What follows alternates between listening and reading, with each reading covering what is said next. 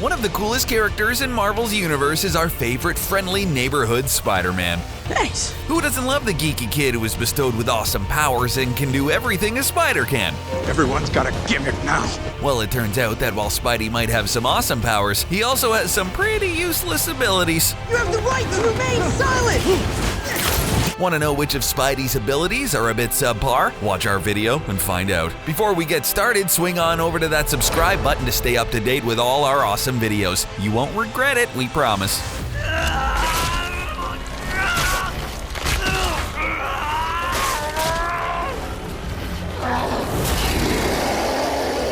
He can turn into a spider. Spider-Man does whatever a spider can, which includes swinging and shooting webs, super strength, and some other not-so-cool abilities, one of which includes this pretty useless power. Spider-Man has been known to mutate into a giant spider on occasion. Well, one good thing about it is, he gets to get rid of his mechanical webbing and now has organic webbing. At least that won't run out. Unfortunately, he has to also trade in his human body for a spider body. In the other story arc, Spider-Man experiences a near-death experience and creates a cocoon for himself, from which he emerges totally healed. He was able to do what Tony Stark, aka Iron Man, called resetting his odometer. Sure, he basically turned himself into a spider, but hey, he fixed his missing teeth, a couple broken bones, and even an eye that Moreland took out and ate. We know, so gross. And you call me disgusting? Another instance where Spider-Man's spider ability takes place is in the 1994 animated Spider-Man series. Spider-Man mutates into Man-Spider, an uncontrollable creature who is ultimately sent to another dimension to be cured. If he can already do what a spider can, what's the point of becoming a spider? Well, I could have stuck the landing a little better. It's just a new suit. Wait, it's nothing, Mr. Stark. It's perfect, thank you. Advanced suits. Spider-Man has had different suits since his inception, and like the advancements made in technology, his suit seems to be constantly changing. Makes sense, the times are changing, especially since Peter Parker is a genius and made his own web shooters in the original story. But could too much technology be hindering our hero? In the latest film, Spider-Man Homecoming, Peter's mentor, Iron Man, gives him an awesome decked-out suit. Hey kid, I like your style, wardrobe notwithstanding. How about you visit the plant on Saturday? Maybe I can help you out. Complete with an AI personal assistant that helps him figure out all the ins and outs of the suit. It seems like this suit has everything he could need, except, being bulletproof. You'd think this would be on the list of awesome stuff Tony added. Maybe this bulletproof spec will be added in the Iron Spider suit. We got a glimpse of it at the end of Homecoming. We can only imagine how decked out that suit is. But the problem here is that this tech suit has made Spidey's radioactive spider-given powers useless. Repulsor webbing. How cool am I? The suit provides him with everything he needs, which makes Spidey reliant on technology like Batman and Iron Man. Do you think his suit renders his given abilities useless? You know what I think is really cool? This webbing. The tensile strength is off the charts. Who manufactured that? I did. Webshooters. Peter Parker is known for his super intellect and genius brain. He's able to experiment, create, and even keep up with the most brilliant minds in the Marvel Cinematic Universe, which is why Peter was able to build himself his iconic webshooters. These webshooters shoot out synthetic webbing, which he created himself. The webbing allowed him to travel through New York City, swinging from building to building and catching bad guys. I make web fluid and store it in small pressurized containers that load into these web shooters I built. Wow! We can all agree that Pete is pretty bright and resourceful. However, the web shooters are known to run out, so he has to carry extra cartridges, and there are only so many he can physically carry. That can become pretty cumbersome and highly inconvenient during battle, don't you think? Oh no! Come on! What happens when he runs out during a fight? That just makes him more vulnerable. You think he would have been given organic webbing as part of his spider powers, like in Sam Raimi's Spider-Man trilogy and the disassembled storyline in the comics. He shoots internally produced webbing from his wrist. Doesn't that make more sense? Plus, as long as Pete stays healthy and relatively stress-free, he's got a solid supply of organic webbing. Seeing the organic webbing in action just makes those web shooters and canisters seem a bit silly. How do you make them do that? I use electromagnetic waves to stimulate their olfactory nerve center. I speak to them. Communication with spiders. With a name like Spider-Man, you'd naturally expect this superhero to have some sort of affiliation with spiders, right? Peter Parker was bitten by a radioactive spider after all, and he was bestowed with a couple awesome powers. But like with everything, there is bound to be a couple things that are just not up to par. Just like this power that's rarely discussed and barely useful. We are, of course, talking about Spider-Man's ability to mentally communicate with spiders. It's such a minuscule power in the hero's arsenal that it was really only useful one time. In the Queen story arc, Stark in Spider-Man comics, the Queen created an army of spider followers. It was in this situation that Spidey's spider communication came in handy. This power allowed Spidey to detect the Queen's human-spider hybrid followers and communicate with them regarding how to deactivate a very dangerous bomb. After that incident, Spider-Man's spider communication was never mentioned again. We know, shocking, right? Look at you go. Wow, nice catch. 3,000 pounds, 40 miles an hour. It's not easy. Super strength. Okay, we know having super strength is actually pretty useful and pretty awesome, but it feels a little redundant. When you live in a world, albeit fictional, where several characters have this ability, it stops being so special. In fact, we're gonna go out on a limb here and say that it's been done for pretty much every major superhero and supervillain ever created. It's now an unspoken standard. Heck, even if a character isn't specifically known for having super strength, we can safely assume it's in their arsenal of tricks. Our friendly neighborhood Spider-Man is no exception. He's a superhero that was given super strength, it seems, just to be able to keep up with other heroes. That's not to say he's not strong. There's totally nothing to laugh at here. This is really heavy. He's pretty dang strong, but unfortunately, this ability isn't very unique. Fun fact, Spidey's strength is actually proportional to a real-life spider's. What this means is that Spider-Man can lift somewhere around 10 tons. That's pretty impressive, don't you think? This would be cool, except for Spidey isn't really known for using his super strength to take out baddies. His strength doesn't seem too important, as he usually uses his super intellect and awesome agility. Whoa!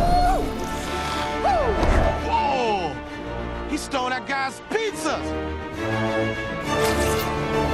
Fast metabolism. Some of us have a fast metabolism, but probably not as awesome as Peter Parker's. He's a pretty slender but muscular guy. How does he do it? Well, he does fight crime and swings through New York City, so we know he stays active, but he's also got his super metabolism. Although his ability to eat as much pizza as his heart wants without gaining an ounce of weight is pretty impressive, and depending on who you ask, this might be considered a superpower. How is this power useful? This beats all other meatloafs.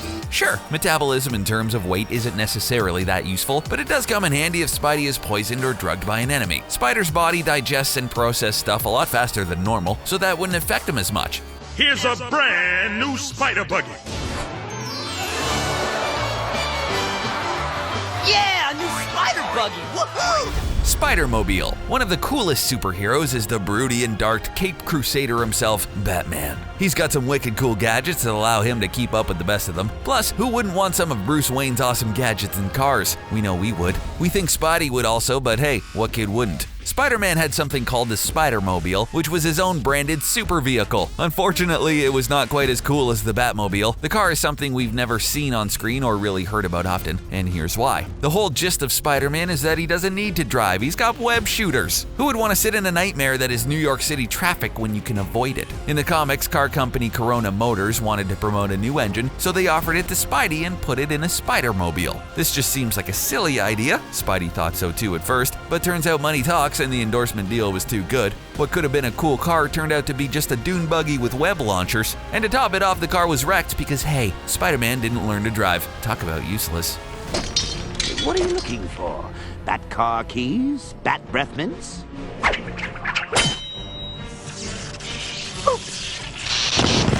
Utility belt. When we think of a utility belt on a superhero, we most likely conjure up images of a certain caped crusader. Logically, Batman's utility belt is completely useful and stylish for him because he's heavily gadget-based. That's his whole thing, awesome intellect, combat skills, and some of the coolest gadgets ever. So why would Spider-Man need a utility belt? He's got cool Spidey powers after all. Why the heck would he need a bulky belt? Well, friends, aside from the belt being popular in the 80s, it was a necessity, although not a very cool power enhancement. If you take into consideration the version of Spidey that created web shooters and synthetic webbing for himself, then the belt makes more sense. It holds his web cartridges, spider tracers, and camera. However, if Spider-Man's webbing was always organic, which makes more sense, then he wouldn't need to carry around a belt. We're pretty sure that a camera could be worked into the suit somehow. Just take a look at all the amazing features in the spider suit in Spider-Man Homecoming. He has a built-in operating system, like Iron Man's Jarvis. We're pretty sure the belt Tony Stark can make the belt totally obsolete.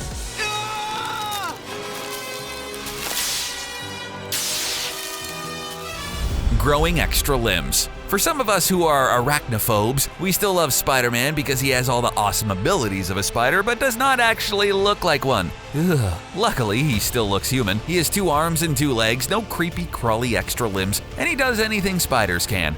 Thanks. so why would he need extra limbs? It seems a bit counterproductive, don't you think? Stan Lee created the 6-Arm Saga, in which Peter just wants to be a normal guy. He grows tired of having his super cool Spidey side and aims to get rid of it, in the only way a super genius in a comic book can do. Peter Parker creates a formula, untested of course, in order to get rid of his superpowers. When he wakes up, however, he suddenly has 6 arms, which totals out to 8 limbs. The serum accelerated your mutation instead of retarding it. Think it'll ruin my career as a swimsuit model? He's now gone full arachnid. We don't think this is what he had in mind when he was trying to ditch the spider powers. With the help of Dr. Connors, Peter's able to come up with an antidote. Good thing too, because those extra arms would be a hindrance. Climbing walls? How you doing that? Adhesive gloves? It's a long story. I was... Lordy. Wall crawling. Similar to the spiders he draws his name and powers from, our friendly neighborhood Spider-Man is able to crawl on walls. This ability is pretty handy for Peter when he needs to jump in on baddies who do not happen to look up. This sticky ability also helps him get into places that would usually be off limits, like secret lairs or evil villain hideouts, or like in the Spider-Man Homecoming film, the top of the Washington Memorial. Sure, he can avoid the front door, but it's all out the window if they so happen to look up. Also, let us keep in mind that in order to scale up walls, you have to have some hooks or special shoes. Or in the case of Spider-Man, he has some sort of sticky ability on his skin. But how does it work through his gloves and boots? Logically, you'd have to be running around barefoot and barehanded for it to work, which doesn't seem practical when running around in any extreme temperature or terrain. Plus, fingerprints would be everywhere and your identity would no longer be a secret. You would also stick to everything. Can you imagine how annoying and not useful for crime fighting that would be? You're the Spiderling. Crime-fighting spider. You're Spider-Boy? Spider-Man. Well, there you have it, folks. What did you think? Are there any of Spider-Man's powers we missed? Are there any you agree or disagree with? Let us know in the comments below. While you're here, if you enjoyed this video, don't forget to like and share and check out more awesome vids in our playlist. And as always, thanks for watching.